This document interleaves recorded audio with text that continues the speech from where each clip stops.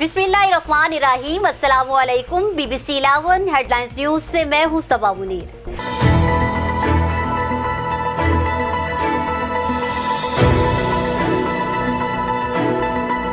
नाजरीन, आपको आगाह करे लाहौर से, जहां हमारे नुमाइंदा खसूसी बिलाल बलोच के मुताबिक पाकिस्तान और दुनिया भर में 1 दिसंबर एड्स के आलमी दिन के तौर पर मनाया जा रहा है।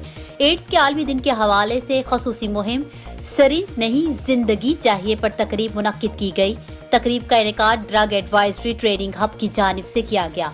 आपको बताएं कि लाहौर में मंशियात के आदी अफराद की सड़कों, बागों और फुटपाथ पर इंजेक्शन के बढ़ते हुए रुझान के खिलाफ मुहिम का आगाज कर दिया गया, जबकि कंसल्टेंट इंसदाद मंशियात मुहिम सैयद जुल्फकार हुसैन ने तकरीब में बतौर मेहमान खसूसी शिरकत की और coordinator Syed Mohsin, vice chairman Adil Rashid, doctor Shoaib Zafar समेत यूथ वफ्द ने भी शिरकत की।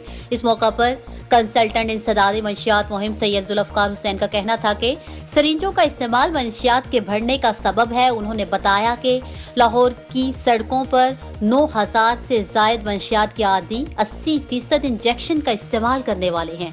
लाहौर में सरिंजों के जरिए नशा करने वालों की तादाद में रिकॉर्ड इजाफा। उन्होंने बताया कि बागों, पार्क्स और फुटपाथ्स पर सरिंजों के बगैर नशा नहीं होता। एड्स के मरीज 2 लाख हैं, जबकि नशा के आदी अफराद की तादाद 90 लाख तक पहुंच चुकी है। कंसल्टेंट इंसदाद मंशियात मुहिम सैयद जुल्फकार हुसैन का कहना था कि मुफ्त सरिंज प्रोग्राम को बंद किया जाए। सरिंज प्रोग्राम अगर बंद ना किया गया तो नशा करने वाले अफराद की तादाद 2 गुना ज्यादा हो जाएगी।